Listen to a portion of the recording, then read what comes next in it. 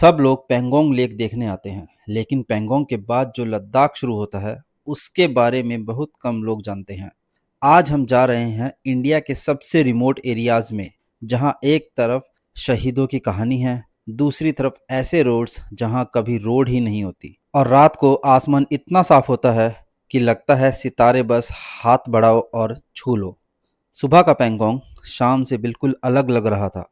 हवा बिल्कुल ठंडी, पानी एकदम शांत, और माउंटेन्स की रिफ्लेक्शन लेक में देख कर लग रहा था जैसे नेचर ने खुद पेंटिंग बना दी हो।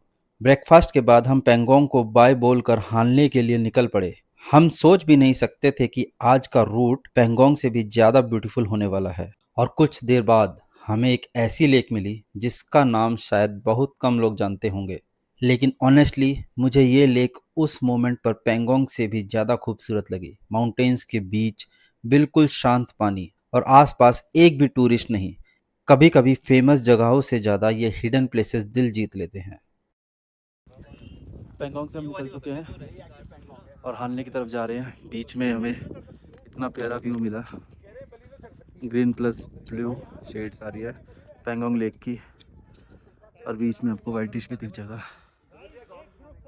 माउंटेन्स के बीच में इतना प्यारा व्यू, और हमारे ग्रुप के लोग। थोड़ी ही देर बाद सामने से लगभग 50 से भी ज़्यादा बाइकर्स का ग्रुप आया। हर किसी के चेहरे पर एक्साइटमेंट थी। हमने उन्हें बाय बोला और वो नुब्रा की तरफ निकल गए। लद्दाख में ऐसे मोमेंट ही ट्रैवलिंग को स्पेशल बना देते हैं। सब एक दूसरे को जानते नहीं हैं, लेकिन फिर भी एक ट्रैवलर वाली बॉन्डिंग ऑटोमेटिकली बन जाती है। रिजांगला वॉर मेमोरियल पहुंच चुके हैं हम। देखिए यहाँ से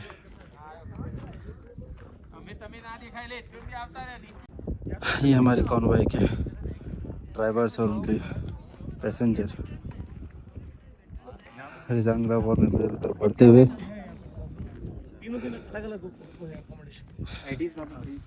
हमारे दोनों जैन ब्रदर्स बलिनों को यहाँ पे सेफली लाते हुए।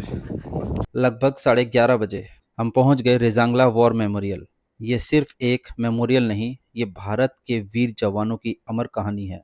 1962 के इंडिया चाइना वॉर के दौरान रेजांगला की इसी जमीन पर मेजर शैतान सिंह जी के नेतृत्व में 13 कुमाऊं रेजिमेंट की चार्ली कंपनी के सिर्फ 120 जवान हजारों चाइनीज सोल्जर्स के सामने खड़े रहे। ना उन्होंने पीछे हटना एक्सेप्ट किया, ना सरेंडर किया। बहुत से जवान अपनी लास्ट बुलेट तक लड़ते रहे, और जब बाद में उनकी बॉडीज मिली, कई सोल्जर अपनी फायरिंग पोजीशन में ही शहीद हुए मिले। आज भी रेजांगला की बैटल इंडियन आर्मी के हिस्ट्री की सबसे इंस्पायरिंग बैटल में से एक मानी जाती है। डॉक्यूमेंट्री देखते वक्त सच में गूज बम्स आ गए थे। अभी रेजांगला वॉर मेमोरियल से बाहर आए हैं।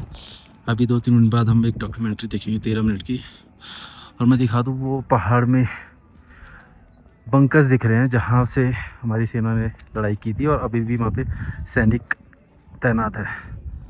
कितना टफ होता है वहाँ पे, ठंड यहाँ पे इतनी ठंड है, ऊपर तो बहुत ठंड होती है। अब शुरू हुआ असली एडवेंचर। कई जगह रोड थी ही नहीं, सिर्फ छोटे और बड़े पत्थर, और उन्हीं के ऊपर गाड़ी चलानी थी। इसी ऑफ रोड सेक्शन में एक ऑल्टो फैमिली के साथ फंस गई। टायर बस घूम रहा था, लेकिन गाड़ी आगे नहीं बढ़ रही थी। हमने मिलकर गाड़ी को धक्का लगाया और मिलकर उनकी हेल्प की। लद्दाख में यही सबसे अच्छी बात लगी, यहाँ कोई किसी को अकेला नहीं छोड़ता। थोड़ी दूर आगे हमें रुकना पड़ा, क्योंकि ऊपर रोड कंस्ट्रक्शन चल रही थी और बड़े बड़े पत्थर माउंटेन से नीचे गिर रहे थे। सब गाड़ियां रुक गई। जब कंस्ट्रक्शन रुका, तब हमें आगे जाने दिया गया। भाई हानने जा रहे हैं, बीच में रुक गए क्योंकि यहाँ पे देखो पत्थर गिर रहा है, ऊपर से गिरा रहे हैं, ऊपर से गिराया जा रहा है, ऊपर काम चल रहा है। गिरा रहे हैं ऊपर, वो आर्मी ने बुलडोजर चढ़ा हुआ ऊपर। हाँ वही देखा मैंने भी। रास्ते में हमें ये खूबसूरत रूडी शेल डक भी दिखी, जिसे ब्राह्मणी डक भी कहते हैं। ये बर्ड्स जनरली पेयर में ही रहती हैं, इसलिए इन्हें लाइफ लॉन्ग पार्टनर का सिंबल भी माना जाता है। मैं इस व्यू को शब्दों में एक्सप्लेन नहीं कर सकता। दूर दूर तक सिर्फ रोड, दोनों तरफ रेत, और हॉरिजन पर माउंटेन्स। ऐसा लग रहा था जैसे हम किसी और प्लेनेट पर ड्राइव कर रहे हैं।